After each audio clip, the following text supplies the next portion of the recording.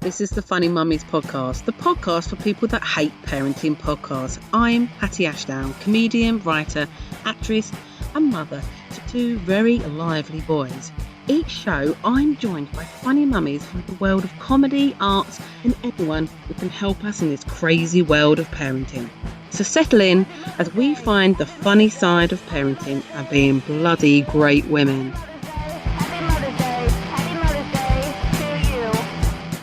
I'm Hatty Ashdown and welcome to Funny Mummies podcast, the new weekly series of check-in on the lock-in.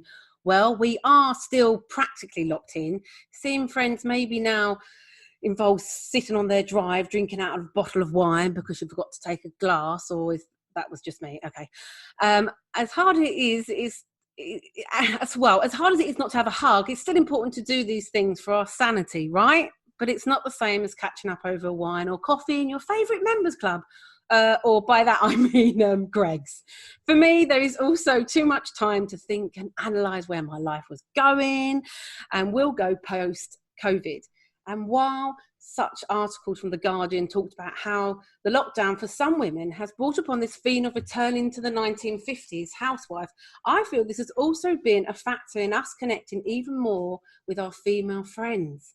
So in light of our guest today, book, Lift As You Climb, Women and the Art of Ambition, we discuss sisterhood and lifting. What does it hold in our own personal lives today? Just us, don't worry, we're not going to try and cover the whole of sisterhood and lots of our other favourite bits from the book. So let's find out who I'm talking with today. Don't worry, it's not just me. First, she ain't heavy. I write these things and then I go to read her and I'm like, what am I saying? She ain't heavy. She only likes eating grapes and tea. She's my podcast sister. She's the Pat to my Frank, the tea to my scones. It's Gemma Beagley. Hi, Gemma. All right, Ash. All right. It always just leaves me hanging. Like, I'm like, I do, yeah. What did she say? Like a punishment. Yeah, this is your punishment. She is a regular to the podcast. In fact, I think I was working out. You've been on the most times, I think. Record breaker. Yeah, she's a record breaker. And we are so lucky that she still allows herself to mingle with us common folk since she's been off interviewing the likes of Julia Andrews, Hillary Clinton for a podcast, How to Own the Room. She has published 5 books and I think another on the way.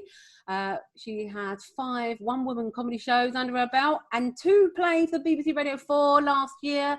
And yes, mum of 3. She is the silver siren. It's me! No, it's not really. It's Viv Groskop! Yay! Thank you. I'm so thrilled to be checking in on the locking in. I'm going to lock it and pop it on. Well, we're meant to be checking in on our regular to see you're okay. We can see Viv is sat in front of her wardrobe, which it looks like it's so full you can't close the doors. Is that what's going on? Yeah, it's a lot to do with the charity shops being closed. You can see behind me. So I've been trying to do what everybody's been doing, I think, trying to sort of tidy up and sort things out. Yeah, of course. But once you do that, there's nowhere to take any of it. It's true, and you are not going to be able to make your way to Narnia through that. I can see no way. It's also that, I mean, this is a tip for your listeners and viewers. Yeah. That apparently the closer you are to fabric, the better the audio acoustic. So whenever I'm doing anything that's being recorded, I fling open the wardrobe door. Oh, that is a good tip. You're such a pro, isn't she? I mean, I know, I've seen lots of people. I mean, I did some recording under my quilt and stuff. So yeah, that is really good as well to be under the quilt. Really I thought that might be a bit awkward in this. We can see it was fucking hot when I did it. It's coming out, going, welcome to the funny mood. Yeah.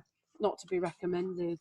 So before we get to other stuff, the real serious stuff now, Viv, it's a quick way of getting to know our guests. Well, although we do kind of know you, but for those that don't know you, it's a quick fire round, a bit like sort of Saturday morning TV kids show type thing.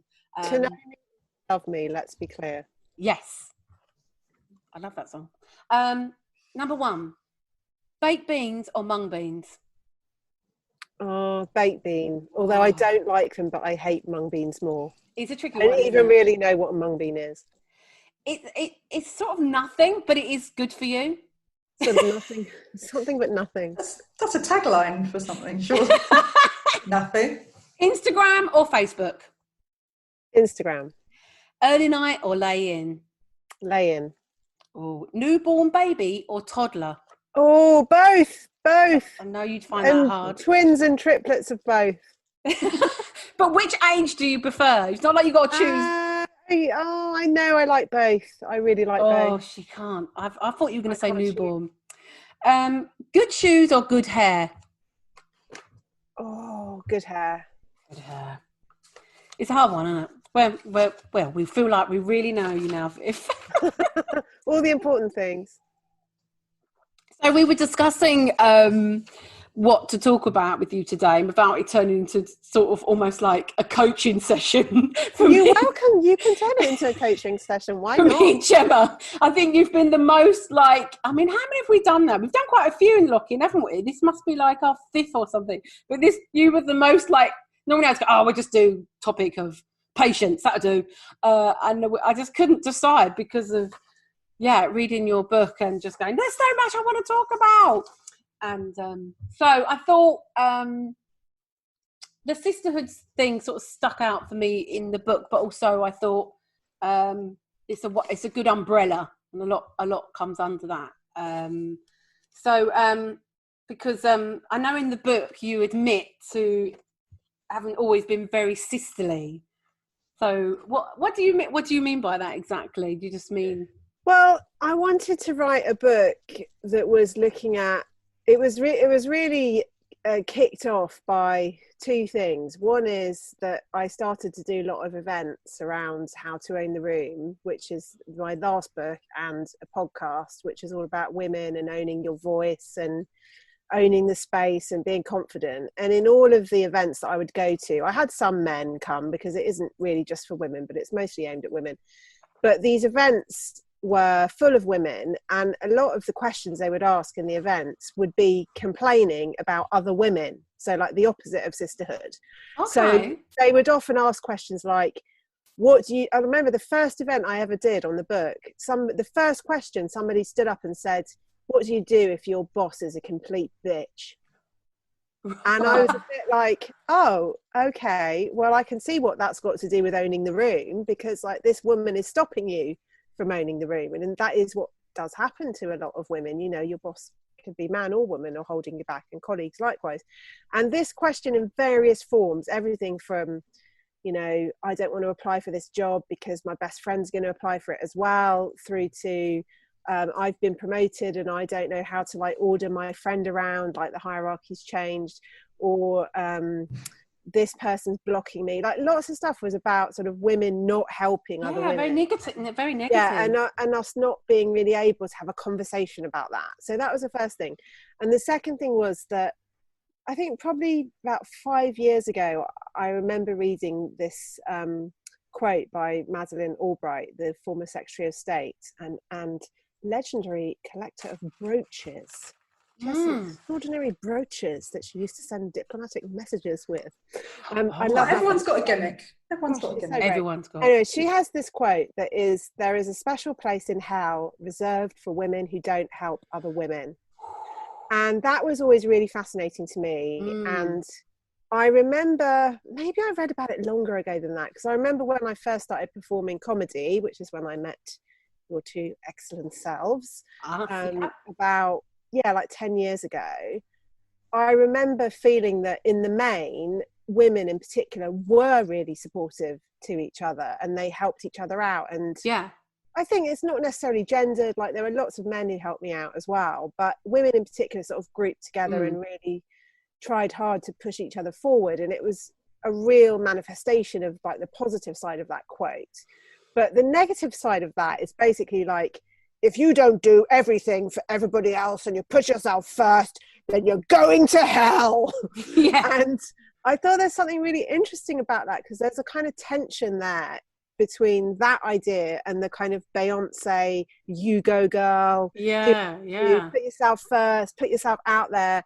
there's a really interesting tension there. So in Lift as You Climb, I wanted to ask all of these questions about what does it mean to push yourself forward, and how do you do that not at the expense of other people and other women in particular.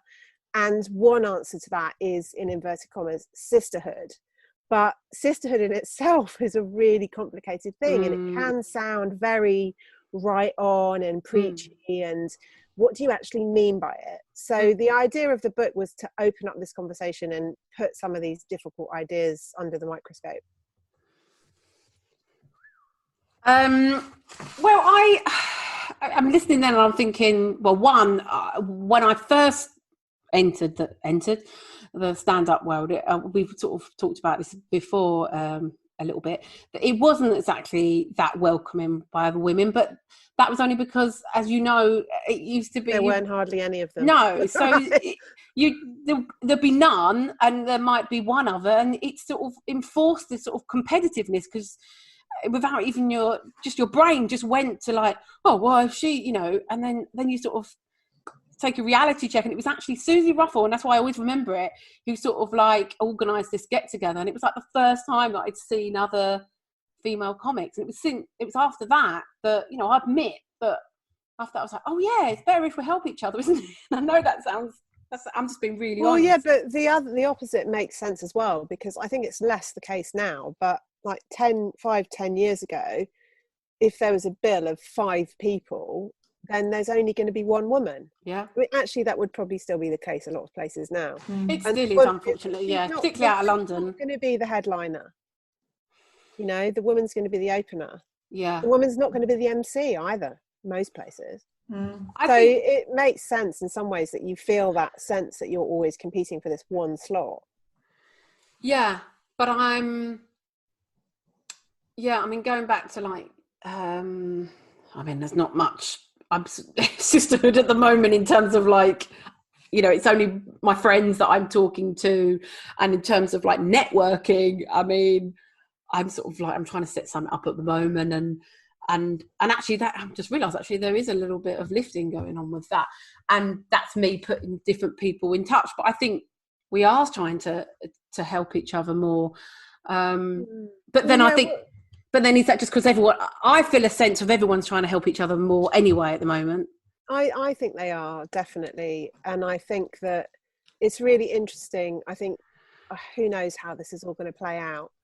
But in the future, I think we will remember this time very strongly, because it's the time of adaptation where it's new and we've no idea what's coming, and we're trying to get used to this moment. Yeah. Whatever happens next, we'll be better adapted to it. So we'll remember how we felt now.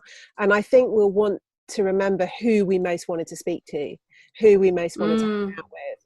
And I've kind of surprised myself in some ways with have you who I've most, because a lot of my social contacts before all of this were very, very work based. Right. And I am really close with a lot of my work friends, and I love them, and we have a great time. And one of the things I love about my work is that it's mostly really sociable. But in this time, I've really gone back to like my oldest and truest friends. So like that moment when you got the phone, you're like, who do I want to ring? Yeah, absolutely. And sometimes it's friends who I don't actually check in with that much normally, because our friendship is really strong and we can always just go back to where we left off. But there's been times during this time I've like speaking to people 3 or 4 times a day on the phone who I would only normally speak to like once a month or something. I know. But that's really nice. I love that. It's just a really nice feeling. But thinking of what you were talking about there, Hatty, about sisterhood and who you reach out to, the one thing I really love about this moment is the thing I wrote about the book, this Lift as You Climb, and the art, women in the art of ambition. I wanted it to be about redefining ambition so that you use it for good. And you be ambitious about who's in your friendship group, how are you controlling your life, what are you doing with your time. That to me is ambition, rather than how can I get enough money to buy a Ferrari. Yeah. And that's what's really nice about this moment, is that I think people are kind of getting ambitious and hungry for the things that they really care about, and making space for them in their life, because that's the only place where they can get solace and comfort at the moment. Yeah. So I just think from the smallest things, from either, and it is, I will be honest, it's mostly women. When I'm out, I've had the most people talk to me, and I know that some of that's probably because people are desperate to talk to people, but I went out the other day, and within being out for just half an hour, some woman told me about a local women's refuge where they're taking donations, so I can take my clothes and baby stuff there. As I said, charity shops aren't open. And I was like, wow, I just feel like we wouldn't have had these conversations before. And and talking to I had a friend knock on my door the other day who I haven't seen for about 8 years. So wow, everyone's gone crazy. What about you, Gemma? Sorry, go on, Gem. I've got a question really for both of you then. What is it then about being locked in, locked down or whatever, that has meant that you, Viv, are speaking to friends that you wouldn't usually speak to so regularly, or that we are holding certain, we seem to be changing our attention, I suppose. Like what is it? Is it because there's 8 million people furloughed and so there is less attention on work and so our eyes are open? Is it because if I have to look at this fucking same wall again in the next hour I'm going to kill myself? So what is it? Why is it different? What is it? I think it's a combination of anxiety and distraction.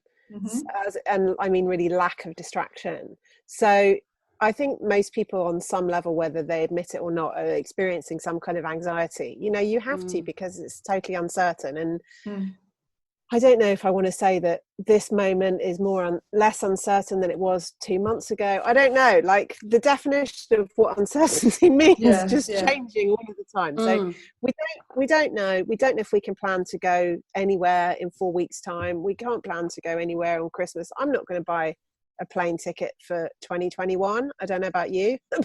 Really? Everything is very, very uncertain. So I think when you have that, you have anxiety. And then the people that you're in touch with now, they're the people who most help you alleviate your anxiety. That's what makes the most sense to me. And then also, this is really about when you don't have so many distractions in your life, because a lot of things have been pared away, whether it's the busyness of life, the busyness of work, taking kids to school, like lots of kind of things that take up a lot of our time and a lot of our bandwidth, whether we like it or not. They've been taken away, all of those distractions. And so in another kind of good way, who do you get in touch with when you don't have any distractions? And I think it's the people that you really care about. And so this isn't fun times, guys. I feel like I'm being we've gone deep. No, it's great, but I keep forgetting that I'm not just listening to you on my audio, and I've got to I've got to ask you questions. Respond. But also, I was just thinking then, like, it makes you think about your friendships. You're like, whoa, I do. I think there's a kind of flip side to this as well. I was noticing this with various calls that I was having with some people, that I think sometimes this time can put pressure on friendships as well. And because we haven't lived through anything like this before, so we don't really know how to behave. And go on.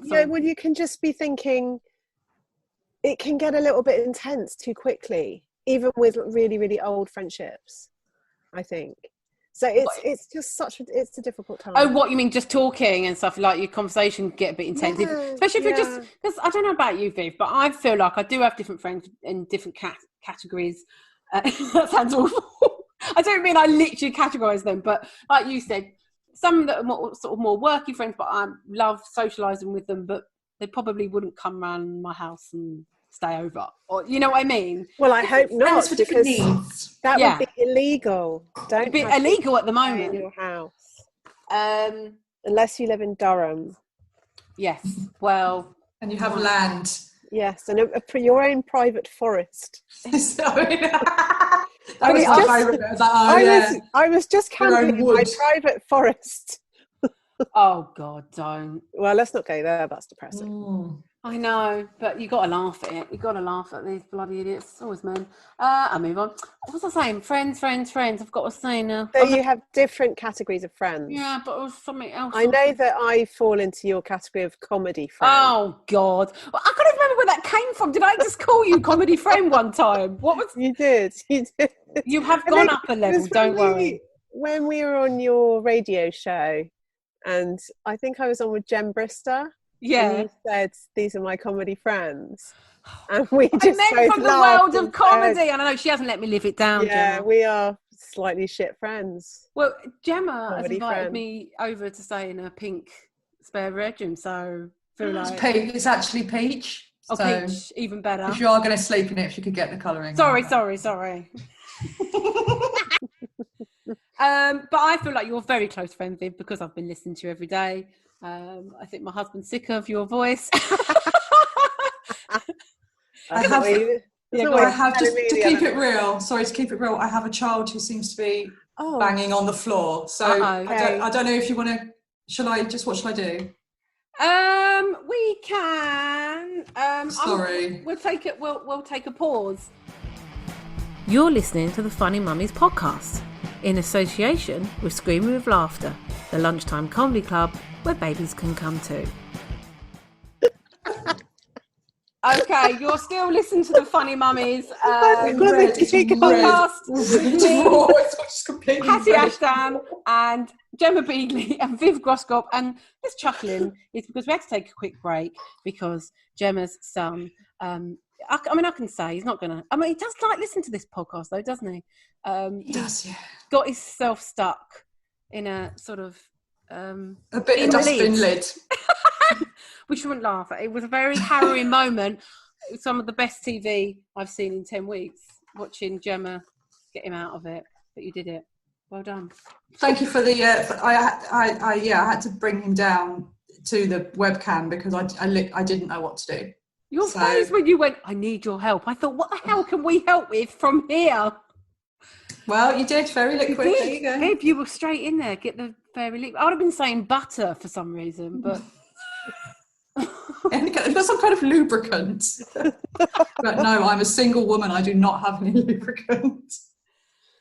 Oh God. Sorry. Even more reason to have. Oh no. Yeah, okay. Let's not go there. Well, this is taking a very dark turn. It has. How we've gone from my son getting stuck in a bin lid to that. Lubricant. I started it. Sorry. Yeah, but you don't just need lubricant. Oh, okay. No. All right. When you get a certain age, you get a bit, you need a bit of help. Women of a certain age, they need KY jelly, even on their own. I feel like it's so sensible now, going back to so we're talking about sisterhood and lifting. I know, I love the bit in the book where you say about, and I haven't done it yet, write down things that if it was just you'd want to do, if it was just no holds barred. Is that right? Have I described that? Yeah. If you had no fear and no one was going to stop you. Yeah. What would you do? So I thought sort of under that banner comes it depends what you do, but for me, I guess in a way, I hate that word, your brand. The brand, and then what comes from that is the social media. And I've got the podcast and I've got Scream with Laughter and I've got my own thing. And I know, Viv, we've talked about this before, I need to bring it all together and I'm sort of trying. But this is where we get to the coaching part of the course. Yes, we are now, aren't we? Yeah, I didn't mean it to go this way, but I'm trying to make it relevant for all people listening. Well, I think people draw their own lessons from other people's specificities. That's why I love your podcast, because even if it's somebody's like... even if it's Hillary Clinton, you're not going to think, oh, this isn't relevant, I don't want to be the president. You're going to draw something from it. Yeah. But so anyway, you want to draw together all the disparate aspects of what you do. Of course, so I didn't mean to bring that in now, but I was just thinking about, just interested to hear about you. We got her for free, Gemma. Let's do it. Well, Gemma said it. She's like, oh, should we change the name of funny mummies and scream with laughter and sort of make it all one thing? Because I have had people, professional people, should we say, who are asking me about stuff, and they'll like get confused. They'll say, oh, so, I think they just get confused. They're like, oh, with funny mummies, is that the gig then? And I'm like, no, that's the podcast. And sometimes I just feel like everything's a little bit all over the place. I guess, when you have things like that going on, and this is relevant for lots of people, because lots of people do all kinds of different things, and they may feel like for work reasons they need to bring that all together to make it look like it makes sense, right? This is a really common problem. Is it? But you have to ask, like, why? What is the problem that you're trying to answer? And it could be that you just don't feel comfortable, and that's a good enough reason. So, but that's an easy one to answer, because then you just think, okay, what's the solution that would make me feel the most comfortable? And the only thing that solution has to do is make me feel comfortable. So that's one option. Another option is, I need to figure out how to make this thing make more money. Well, yes, and and I'm not saying this is necessarily your thing, but generally when people have this issue, it's because they think they want to make more money, or they want to make sure they're not missing opportunities. And then so you have to think, well, is that change really going to help it make money, or is there something else I could do that would do that quicker?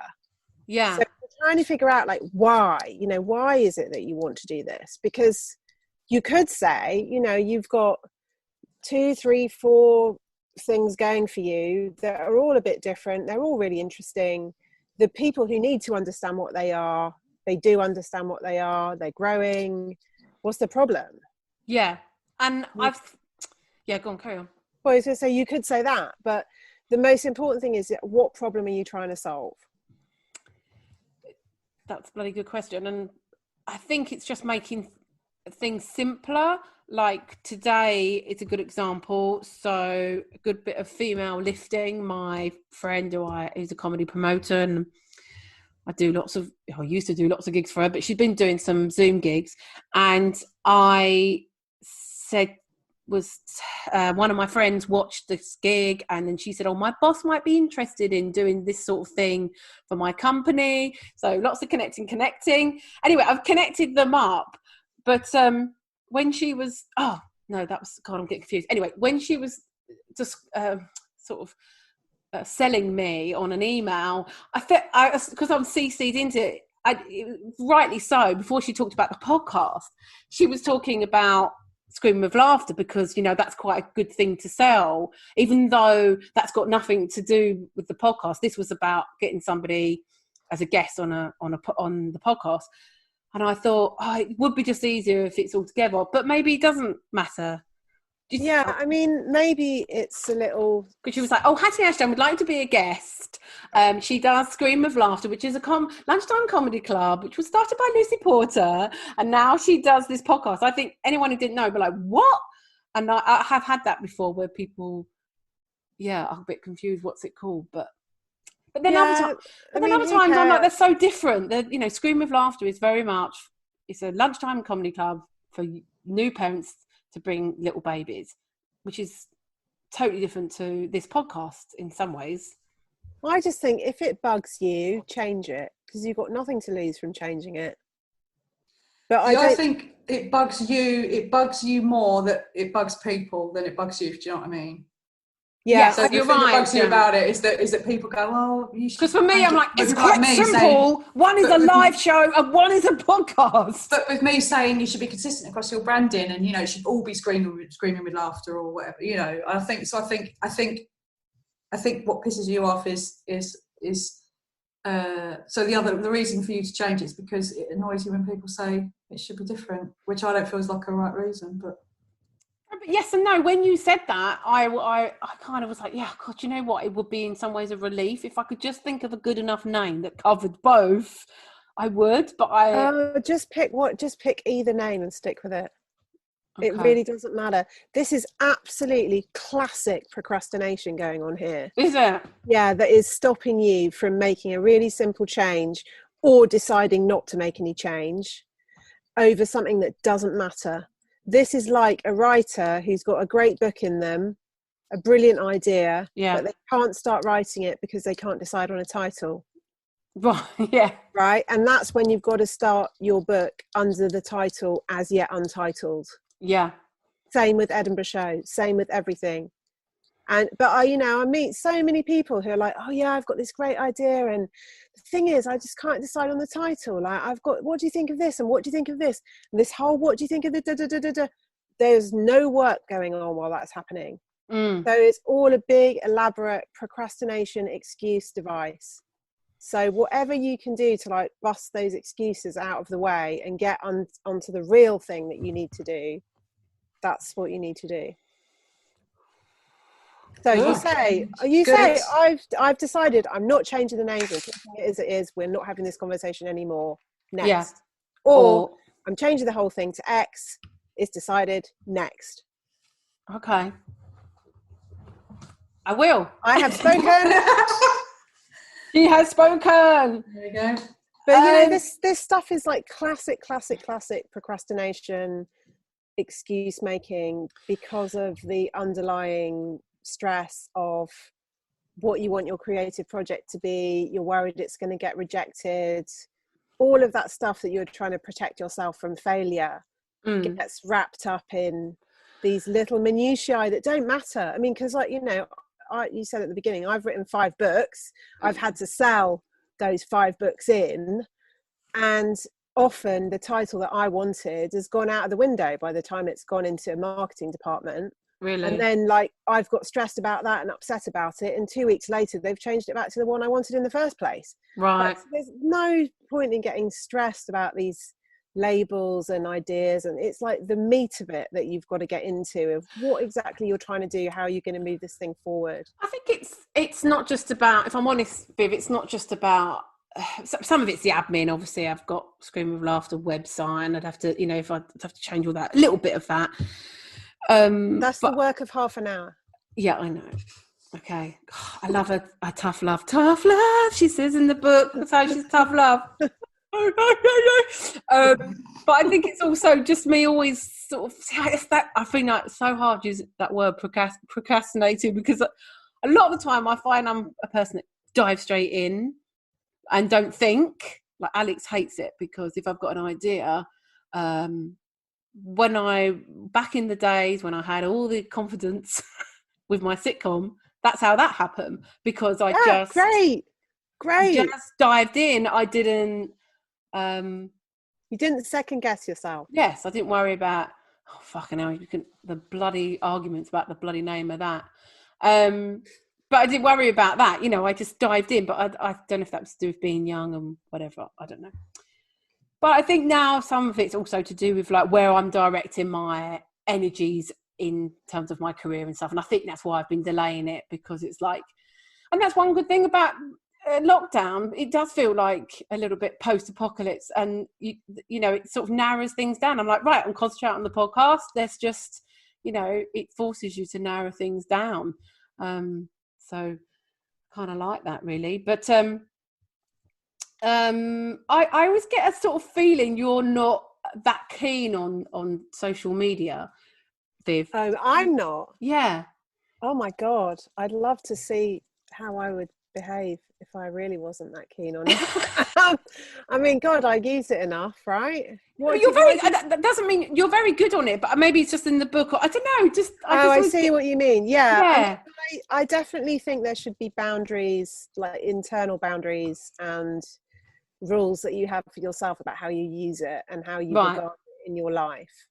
I think it is a tool for a lot of there's a lot of benefits to it. It has a lot of positives, and that's why I use it. If I really wasn't against it, I just wouldn't use it.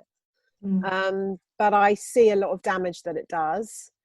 And like what sort of thing? I mean, just look at everything that's happening in the world right now. All of the, without social media, there would be no fake news. The whole environment that's grown up in the last 10 years, it's been allowed to proliferate because of social media. And on social media, things that get rewarded are generally negative. Like when you do those kind of thought bubble things, they've done them with millions and millions of tweets where they classify them as fearful, angry, anxiety, and they then classify them as like positive, neutral, happy.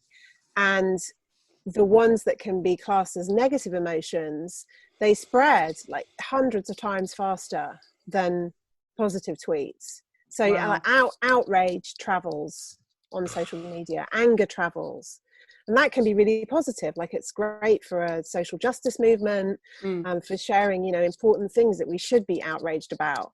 But it's also put to, you know, the most tedious use, you know, to deploy outrage and shame against people for 24 hours and then their life is ruined and you move on to the next person. And I think when you are in the business of putting books out there or comedy stuff or anything that people can have an opinion about, you have to be pretty careful as an individual how much you kind of live or die by that world. So I think it's fine, but you treat it with caution and you have your own rules. The same as with reviews, you know, like don't go reading reviews when you're really, really hungry and tired. Maybe don't ever read them. Yeah, you know? some people have a no reading reviews. Yeah. Sophie Hagen, I don't know if just talking about Sophie on our last episode, but she's turned the ability to comment off her tweets. So she's just like, right, no, that's it. She's absolutely had it now. She's, you know, she has had many years of some pretty horrendous abuse. Yeah, you know. well, you know, good for her. That's her boundary at the moment. There might be another time when she changes her mind. But I think, you have to make your own judgment about how does this work for me? What positive is this bringing into my life? What good is it bringing? And there you go. And that is something that I suggest, because I include myself in this, that people do not ask themselves around this stuff, is how, if at all, am I using this positively? Yes. For myself. And I know the last couple of days, just with everything that's been going on, but it's not bringing me peace at all. It's the opposite. Yeah. And so what I've done is I've deleted every social media app off my phone. So to go on social media, I actually have to open up my laptop and you got to put your passwords in. Yeah, that's really positive. My screen time has absolutely gone down. Because it's just like, do you know what, for now, just for the moment, and that old cliche of we are more connected than ever, and yet I have never felt so more disconnected from society as I have done during this lockdown. Yeah. And yet my screen time every week has gone up and up and up. Yeah. And up. Well, these technologies, they present this illusion of connectedness and keeping you up to date with all the information. Look, keep up to date, stay up to date. When you wake up in the morning, turn it on and see what you've missed in the night. And it you know, there's loads of really great books about this and loads of stuff being written about it, not least of all by the people who invented it. But it activates a thing in your brain that is constantly hungry for the new. Yeah. And it's just an illusion, because, you know, what's been going on over the last few days after the race incidents in the US. Yeah, well, you can say, because this will go out in a couple of weeks' time. So with George Floyd. It's fantastic that people have been sharing really useful resources, and you should read this book and listen to this podcast, and all of those things are really useful. But if you followed social media a lot over the last 3 or 4 days, you would have read the same book recommendation about 3,000 times. And you don't need to read it 3,000 times. You've seen it once, you've seen it. I need to read the fucking book, Viv. Exactly. That's why I've turned it off. Because it's like, you know what? I'm not reading another set of lists anymore. I'm just going to read the information that is contained in this fucking book. Exactly. Because otherwise it is just echo chamber and outrage central. And it's like, you guys are too young to remember this, but the TV program, Why Don't You? I do remember that. Why don't you turn off your television and go and do something interesting? More interesting instead. No, or is it something less boring instead? Less boring. Why don't you? Or something like that. Yeah. And that is what you've got to think about social media. So you have to, obviously. You've got to think, how is this serving me and how am I serving others? And I've also found during this, just in terms of media, is that, you know, I complain to myself really that I don't get to see as much theatre as I want to, and there's this thing on at the National and this thing on at the National. What's happened in 10 weeks is that the National have put loads of stuff out for free on YouTube. How many things have I watched? Fucking one. Why? Because I'm sitting there scrolling like an idiot through, flipping between Twitter and Facebook and Instagram. And it's just like, but I love theatre, and there it is. I'm angry with myself, you know. But don't be hard on yourself, Gemma. We've been going through a pandemic. There's been fucking horrendous racial murders in America. We want to be, you know, it is like keep going out to the neighbour and finding out what's going on next door. Do you know what I mean? Like, that's a natural instinct, isn't it? So don't be hard on yourself. You will watch that opera. What was it again? Yeah, it's theatre. Theatre. Your mum that likes opera, sorry. There's something really sad about social media and the national conversation and how we consume news, which is that like 10, 15 years ago, I think most of us regarded it as like a basic part of adult life. And it's a huge part of comedy as well, and stuff that everyone's going to understand, and then you can riff off it.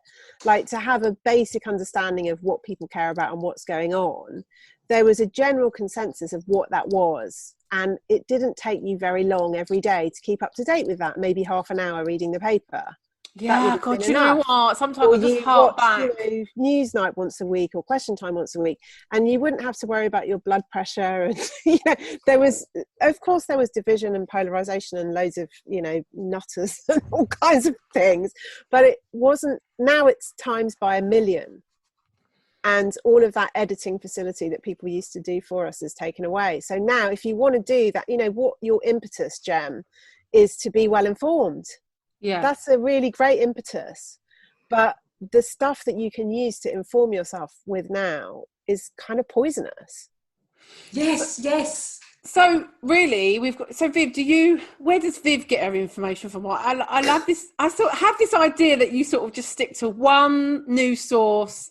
I just, you know, because like you say, there's just so much shouting. Yeah, I mean, I imagine that Viv gets a pile of actual printed newspapers on some kind of journalist list. Like a courier comes and goes, extra, and dumps it away.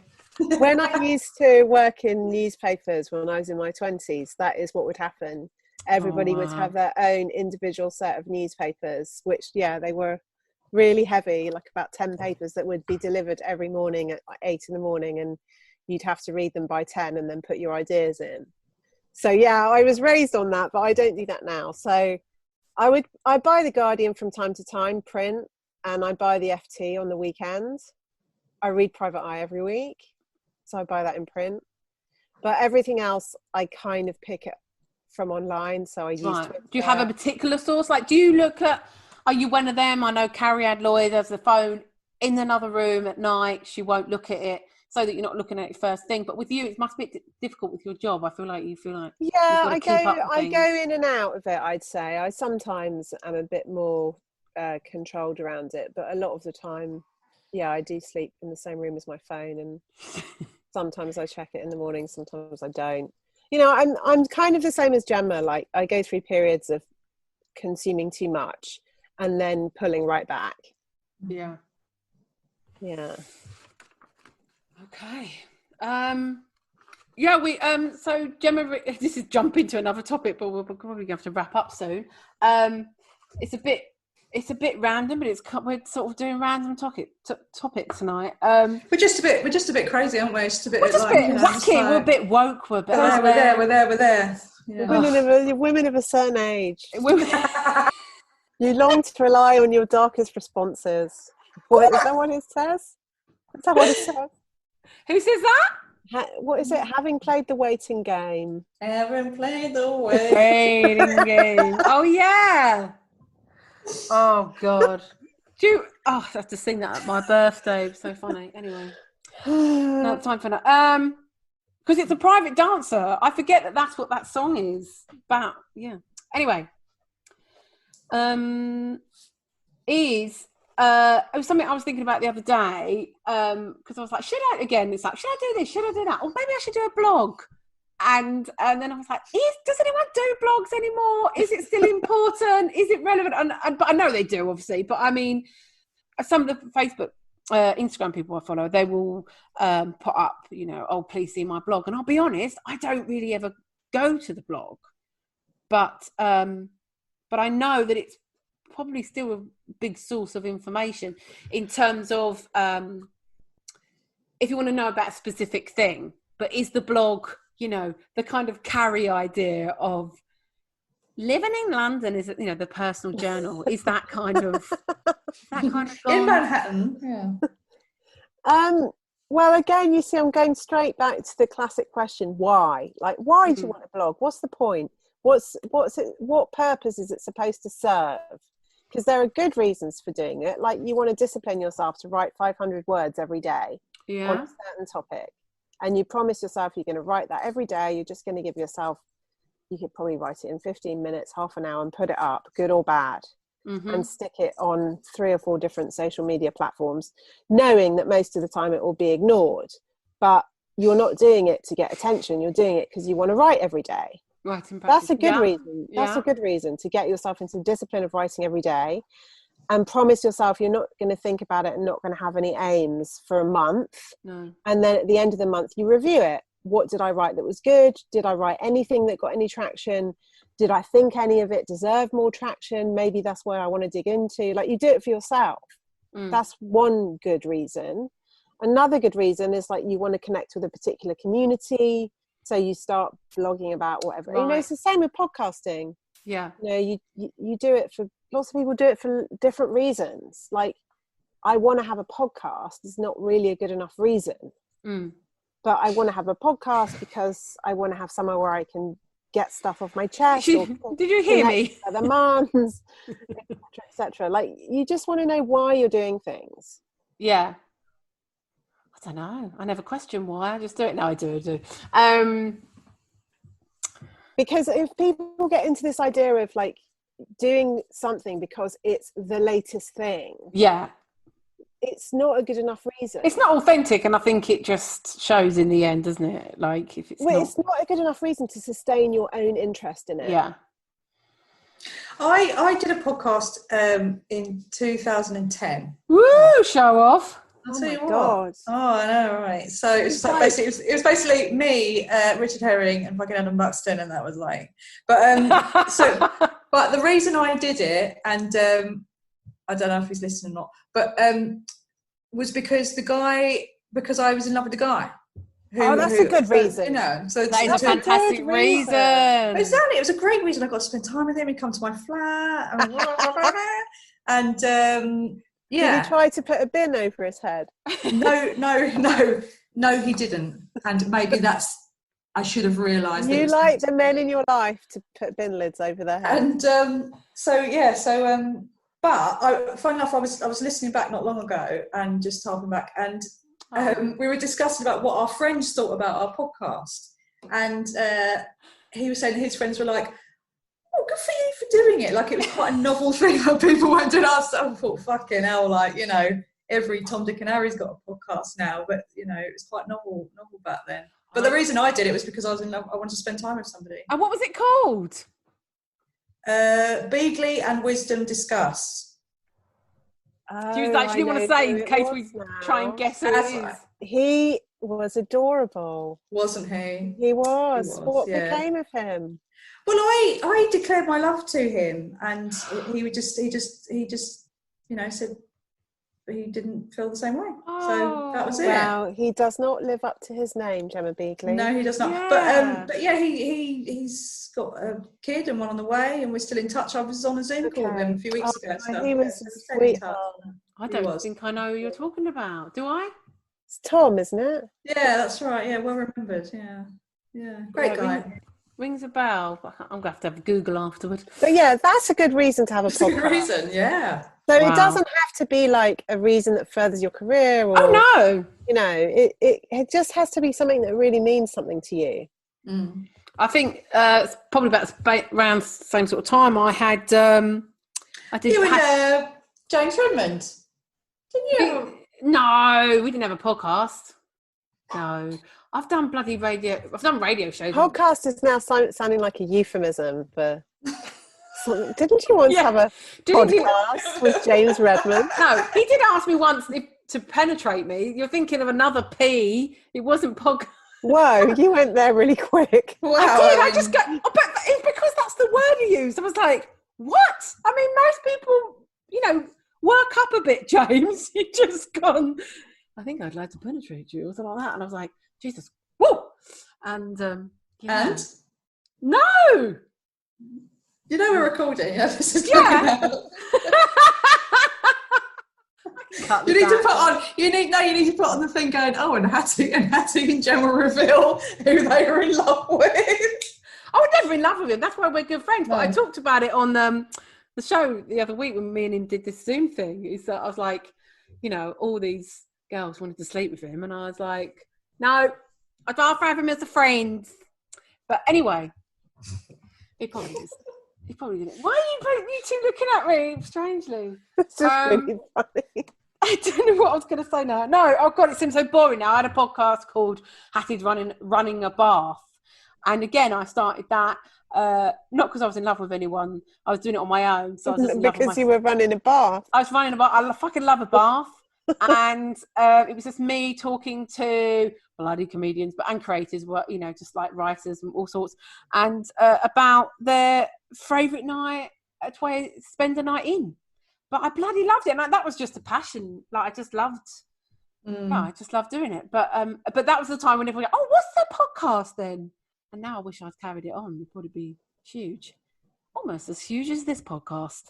We are on Patreon now, if people would like to join us on Patreon. And please find us. So on that note, it's a very good note, Viv, to finish up on. We now finish up on if you could have your perfect night out. Let's say it's post-lockdown. And I would say from previous things, I would like to put some conditions in because otherwise it's just gone a bit too crazy. You can only do 3 things. Money is no object, but it has to be in reality. So you can't go off and ride a unicorn. But okay. But you can do. But in one evening, what would you like to do? Where are you going? Who are you going with? What you're wearing? Oh, this is a tricky one, isn't it? Because I've already become so sort of Stockholm syndrome. You've forgotten what going out is. As you can tell from what's behind me, I'm just preparing to lock in for the rest of eternity now. No, then I was thinking, I could fly to New York, but that wouldn't be very convenient of an evening, I don't think. So I think I would want to go, I'd go to Soho, and I'd definitely have to get on the karaoke. So, with my sister. Do you like karaoke? Love the karaoke. Oh, Jem, you'll have to come to my... love the karaoke. Oh, right? yeah. I love a karaoke where I'm comfortable to, so like with my sister. Love it. Yeah. Never going to get it, yeah? Of course. Yeah. Whitney. What's your karaoke? Is that your number one karaoke song? I'm one of those people who I get to the karaoke thing where you're looking at all the songs. You're like, oh my God, that one, no, that one, no, that one, no, that one, no, that. So, yeah, anything. I love old classic, like I Will Survive. Me and my sister always get into like trying to do Celine Dion, but doing it like really, not My Heart Will Go On, that's too obvious, but doing like really, really serious versions. I listen to Cream. It's all coming back to me now. Exactly. With the thunder and the rain. Yes. Really dramatic karaoke. I'm going to ask Soho Radio to put that on the end of this when it goes out. I love that so much. Let me write that now. So you going karaoke? Yeah, going karaoke, and then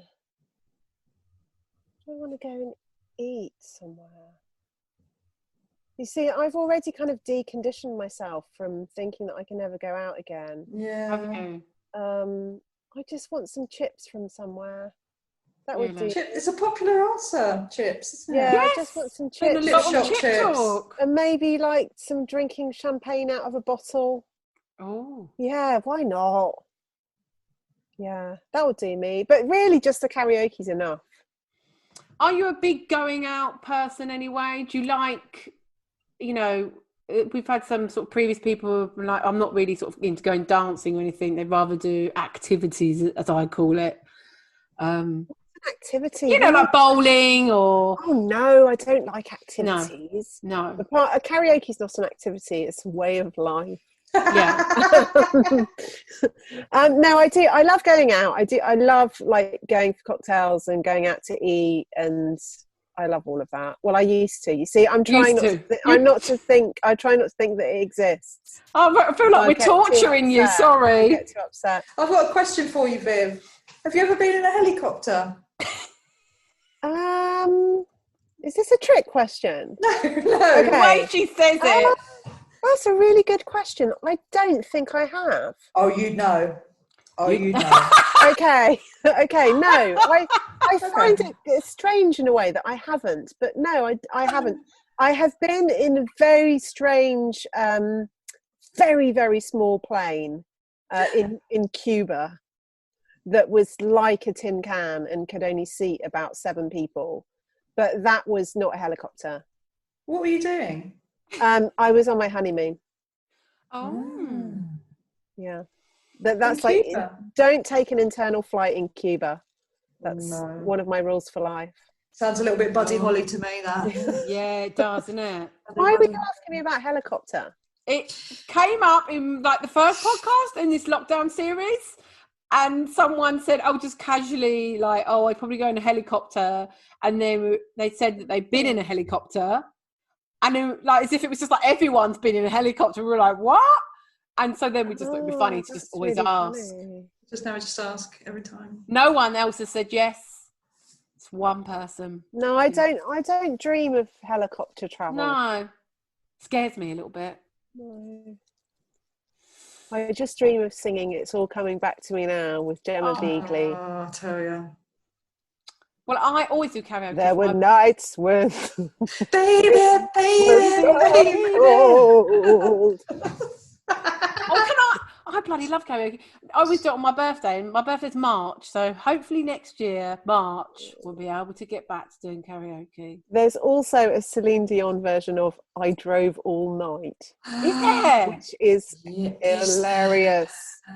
And Alone, she covered Alone. Oh, yeah. How do I get you alone? I've never done any Celine Dion. The ticking of a clock. Yes. No answer on the telephone. Okay.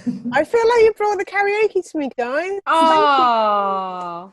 Well, we did some karaoke the other night on a Zoom hen night. We did, yeah. It was very odd because obviously every time everyone sings, it just goes to them. So everyone was out of time. It was amazing. It was hilarious, but lots of fun. Right, so we'll let you go. And any particular women you'd like to, maybe anyone who's a bit unsung you'd like to big up? Oh, I know who I wanted to mention here actually, and I'm going to look up her name to make sure I don't get it wrong. I think she's the governor of the state of Kerala in India. Wow. And Kerala, the state, has a population of 35 million, and they have had 5 deaths from coronavirus. Shut up. Because she was told about the virus and what was happening in China on the 21st of January. So she closed the borders on the 24th of January and instigated a track and trace and a system of testing everybody who came into the country. And it meant that they knew exactly who had it and stopped. They made people quarantine and they, visited them every day. And absolutely amazing woman. This is her. Wow, I want to move there. What's her name again? So her name is KK Shailaya, and they call her Teacher Shailaya because she used to be a science teacher.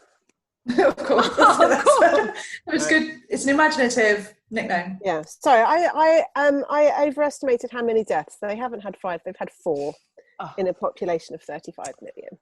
Now that is how you do a lockdown. Wow. That is how you do a lockdown. And that's a bloody woman. Thank you very much. Shalala. Yeah, that's what I was just wanting Go to sing it. Teacher. Go, teacher. Leave the kids alone. She listened. Viv, apart from people buying all your books, listen to your podcast, is there anything? Come into your house. Come into your house. Come and have some books from my cover. Clear out all the stuff that needs to go to charity. Is there anything you'd like to promote that you're doing, or you've got a new book that's coming out soon? My new book is called Au revoir tristesse. Goodbye. Don't hang about, sadness. Gemma. Lessons in happiness from French literature, and it's all about comfort reading. So, yeah. Well, we're just going to get you back to talk about that. I feel like I need to go on in a helicopter before I come back. Okay, let's all make that our thing for 2021. Yeah, maybe. It's great. You're such an inspo. Viv. You are such an inspo. I hope you've enjoyed it. Hashtag blessed. Oh, Nice. I hope you've enjoyed it. Thank you, Gemma Beagley. Thank you for listening, everybody. Thank you so much, Viv Groskop. Please keep listening and subscribing and bloody telling everyone, because it's the only way people can find us. And we are on Patreon now. Funny Mummies on Patreon. Dead cheap. And there are some interesting benefits. Hello. Mainly Gemma is providing them. I'll let you go. You've been listening to Funny Mummies podcast. Bye-bye. You've been listening to the Funny Mummies podcast with me, Hatty Ashdown. Thank you to my panel and guests today. Edited and produced by Scott Kingsnorth in association with Screaming of Laughter, the lunchtime comedy club where babies can come too. These shows go out live on Soho Radio for the Other Woman show. See schedule for details. Please subscribe, rate and review and share this podcast. We really appreciate it, and it's the only way more people can find us. So see you next time for more Mum and Tonic.